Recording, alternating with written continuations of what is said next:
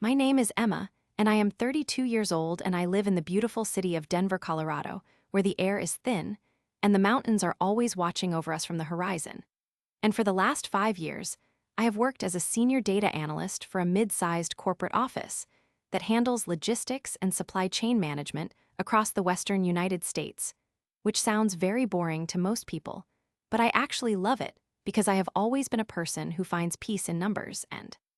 patterns and clear logical structures, because numbers do not lie, and they do not have hidden agendas, and they do not try to take credit for work. They did not do unlike the people I have to deal with every single day in my professional life.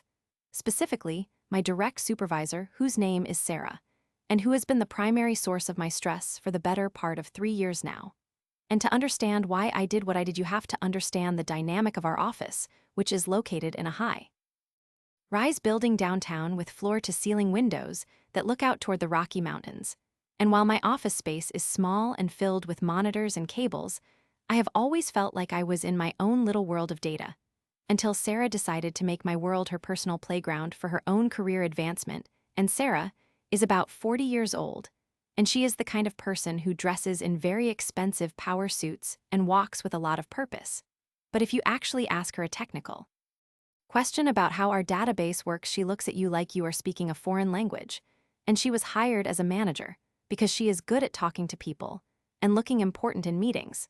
But she has zero understanding of the actual information technology systems that keep this company running, and her favorite thing to do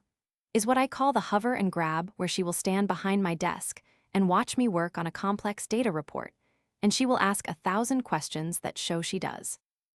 not understand the basic concepts of data visualization, and then she will wait until I am about 90% done with a project, and she will ask me to move the file into a shared draft folder so that she can perform what she calls a final quality check before it goes to the directors. But in reality, she just spends 5 minutes changing the font from Arial to Calibri, and she moves a few pictures around, and then she puts her own name on the cover page as the primary author and sends it off to the upper management team. And for years, I have watched her receive praise and bonuses and promotions based on the hard work that I did while I stayed tucked away in my corner of the office being treated like a human calculator. And I tried to speak up about it once during a performance review, but Sarah just laughed it off and told the Human Resources Department that I was a great technician, but I lacked the leadership vision to understand how to present data to an executive audience, and that she was doing me a favor by mentoring me and polishing my work so that it did not look too technical for the big bosses to understand. And that comment really hurt, because I take a lot of pride in my ability to make complex information accessible to everyone. And it was clear that she was never going to let me move up the ladder, because she needed me right where I was so she could keep stealing my ideas and my labor. And that brings me to last month, which was the busiest time of the year for our company, because we were preparing for the massive quarterly regional review, which is a meeting where the heads of every department from across the entire country fly into Denver to look at our performance metrics and decide on the budget for the following year. And this was a huge deal because there were rumors of layoffs if the numbers did not look good. And I had been working 14-hour days for 3 weeks straight, building a massive set of analytics that tracked everything from fuel costs, warehouse efficiency, and I had created some of the most beautiful and complex interactive charts I had ever made in my entire career. And I knew that this report was going to be the star of the show, and of course Sarah knew it too. And she was pestering me every single hour of every single day asking if it was ready, and she would come into my office with her coffee mug and lean against my doorframe and say things like, "Emma dear, we really need to get that draft into the shared folder so I can make sure the narrative matches the corporate vision." And I knew exactly what that meant. It meant she wanted to scrub my name off the files and pretend she spent the last month crunching numbers instead of spending her time at long lunches and networking events. And I felt a cold knot of anger growing in my stomach every time she spoke to me. And I realized that if I let her do this again, I would be stuck in this cycle forever. And she would eventually get promoted to a vice president position on the back of my hard work, while I would still be sitting in the same chair with the same salary 5 years from now. So I decided that I was done being the silent engine behind her career, and I was going to use her own lack of technical knowledge against her in a way that she could not recover from. And I started by reaching out to my friend Mark, who is the head of the information technology department. And Mark has always liked me because I am one of the few people in the office who actually knows how to use the equipment properly, and he also knows exactly what Sarah is like, because she constantly calls his team to complain that her computer is broken when she has really just accidentally turned off her monitor or forgotten her password for the 10th time that month. And I told Mark that I wanted to set up a very specific set of permissions for a new folder I was creating. And I explained that I wanted to protect my intellectual property from being accidentally edited or corrupted before the big presentation, and Mark, who is a very smart guy and knew exactly what I was implying, just winked at me and gave me the administrative access I needed to set up a very special kind of digital trap. And I spent the next 2 nights staying late at the office making sure that everything was perfect, and I created 2 completely different versions of the quarterly review report. And the first version was the real one, which was a masterpiece of data science, and it was accurate and insightful, and it showed exactly how we could save the company millions of dollars over the next year. And I saved that file onto a secure encrypted physical flash drive that I kept in my pocket at all times. And I also uploaded it to a hidden directory on the server that only I and the information technology administrators could see. And then I created the second version of the report, which I called the bait. And I put this version into the shared draft folder that Sarah had access to, and from the outside, the file looked perfect, and the file name was exactly what she expected. And the thumbnail image for the first slide showed a very professional title page with the company logo and the words Quarterly Regional Review. But as soon as you moved past the first slide, the entire thing was a disaster, because I had filled the pages with what is known as lorem ipsum text, which is just nonsense Latin words that designers use as placeholders. And I had also created a series of charts that looked very impressive with bright colors and moving lines, but if you actually looked at the axis labels and the data points, they were completely meaningless. And for example, one chart showed a direct correlation between the number of office snacks consumed and the rotation of the Earth, while another chart claimed that our warehouse productivity was being measured in units of magical fairy dust. And I knew Sarah would never notice this, because she never actually reads the data, she just looks at the fonts and the colors and assumes that because I made it, it must be correct. But the best part of the plan was the technical lock I put on the file, because I used a specific setting in the software that allowed a user to open the file and view the first page without any issues. But as soon as they tried to click on a different slide or try to copy any of the text or try to edit the document, the software would trigger a security prompt that asked for an administrative override password. And if the password was not entered within 10 seconds, the entire application would freeze up, and the computer would require a full system restart. And I knew for a fact that Sarah did not know the administrative password, and she certainly did not have the patience to read a technical warning message, and she would just keep clicking and clicking until the whole thing crashed, and the morning of the meeting finally arrived, and the office was buzzing with energy, and men and women in expensive suits were walking through the halls, and the scent of expensive coffee was everywhere. And Sarah came into my office at 8 o'clock in the morning looking very smug, and she didn't even say good morning. She just said, "Emma, I have taken the liberty of pulling your draft from the folder, and I will be the one presenting it to the regional directors this morning, because I want to make sure the message is delivered with the right level of authority. And she said that you should stay here and catch up on some of the smaller tasks that have been piling up while I handle the heavy lifting in the boardroom." And I just smiled at her, and I said, "Of course, Sarah, I understand. And I hope the presentation goes exactly the way you deserve it to go." And she didn't even catch the sarcasm in my voice. She just turned on her heel and walked away with her chin held high, and I waited about 20 minutes until I knew the meeting was starting.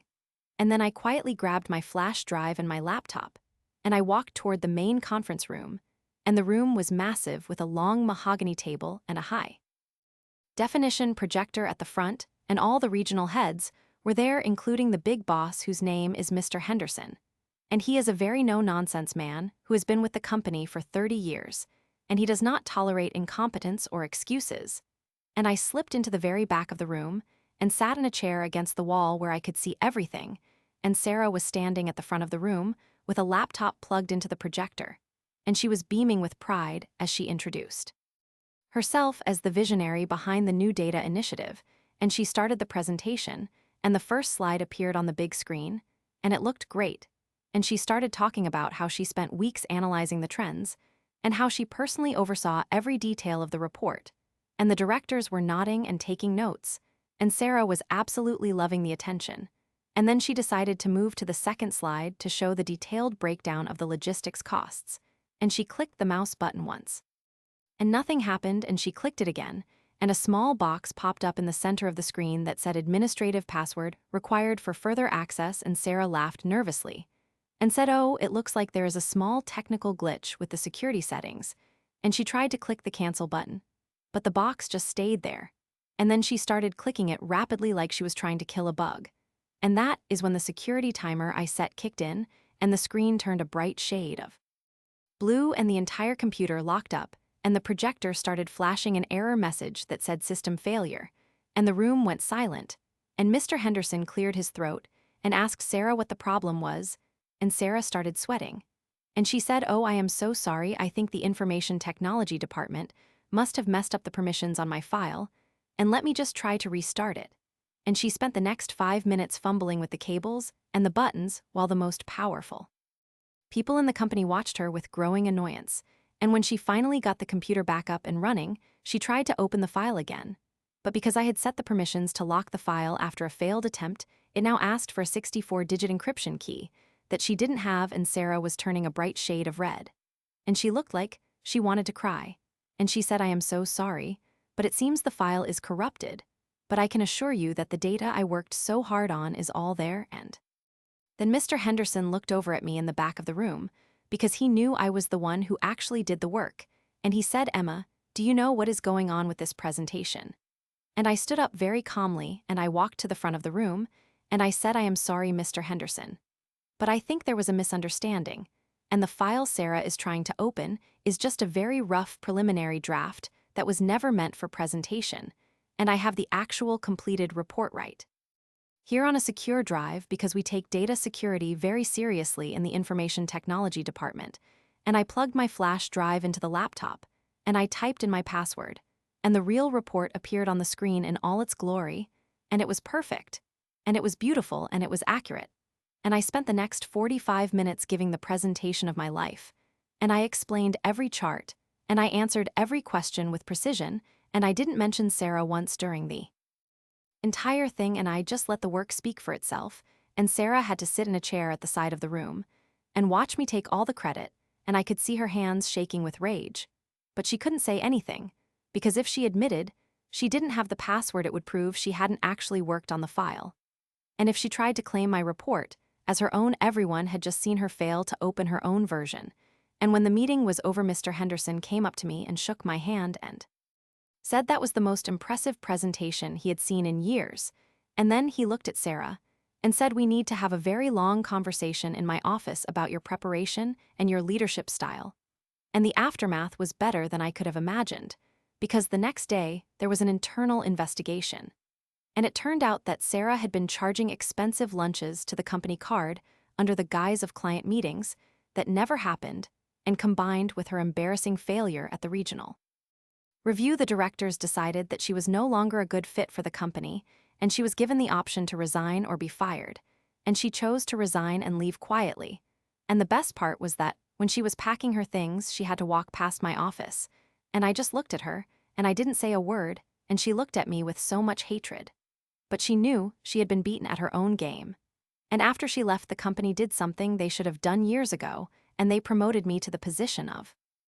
Director of Data Analytics, and I got a 30% raise and my own office with a better view of the mountains. And I also got to hire my own assistant. And I made sure to hire someone who actually cares about the work, and not just the title, and I still use that same secure drive to this day as a reminder that being the silent engine only works if you don't let someone else try to drive the car off a cliff. And sometimes I think about Sarah, and I wonder if she ever learned her lesson about trying to steal other people's labor. But then I remember that people like her rarely change, and they just find a new place to play their games, but at least she won't be doing it at my expense anymore. And I feel like a huge weight has been lifted off my shoulders, and every morning, when I drive into the office and see the sun hitting the peaks of the mountains, I feel a sense of peace and satisfaction knowing that I stood up for myself. And I won, and the office environment has changed so much since she left, because now the culture is one of actual collaboration and respect. and people are actually recognized for the work they do instead of who they know or how loud they can talk, and the information technology department and my data team now work hand in hand. And we have implemented new protocols that ensure every project is properly attributed to the people who actually did the heavy lifting, and I have even started a mentorship program for the junior analysts to make sure they know how to protect their work and how to present it with confidence so they never have to go through what I went through with Sarah. And looking back on it, I realized that the trap I set was not just about revenge, but it was about setting a boundary and showing the company that value comes from competence and not just from management jargon. And I am much happier now, and my work is better than ever because I am no longer spending half my energy worrying about how to hide my progress from a predator, and I am finally the master of my own digital domain, and it feels absolutely wonderful. And I know that some people might think what I did was a little bit mean, but I believe that everyone gets what they deserve in the end, and Sarah deserved to be exposed for the fraud she was. And I deserve to be seen for the expert I am, and the lesson I learned is that you should always keep your passwords close and your administrative permissions closer, because in the world of data, the only thing that matters is the truth, and the truth has a funny way of coming out when the projector starts flashing and the room goes quiet, and you are the only one with the key to fix it. And I often find myself smiling when I walk past the shared folder on our server, because I renamed it. And now it is called the Archive of Lessons Learned. And it serves as a digital monument to the day I took back my career, and I also made sure to give Mark from Information Technology a very nice bottle of whiskey as a thank you for his help with the server settings, because in a corporate office, you always want to be on the good side of the people who hold the keys to the kingdom. And as I sit here now in my new office looking at the latest data trends for the next quarter, I feel a profound sense of accomplishment. And the numbers are looking better than ever, and the company is thriving. And I am finally getting the bonuses that Sarah used to pocket for herself, and my life is good and my career is on track. And I have the thin air of Denver and the high peaks of the Rockies to keep me company while I do the work I love, and it is funny how a single mouse click can change the entire direction of your life if you time it just right. And I wouldn't change a single thing about how it all went down, because it led me to exactly where I was always meant to be, which is at the head of the table, and in control of my own destiny. And I hope that whoever is listening to this story takes away the message that you are your own best advocate, and you should never let anyone dim your light just so they can shine a little brighter, because eventually the power will go out, and you will be the only one who knows how to turn it back on. And that is the most powerful position you can ever be in. And I am going to keep doing my work and keep building my databases and keep living my best life here in Colorado, where the air is clear and the truth is always visible if you just know where to look.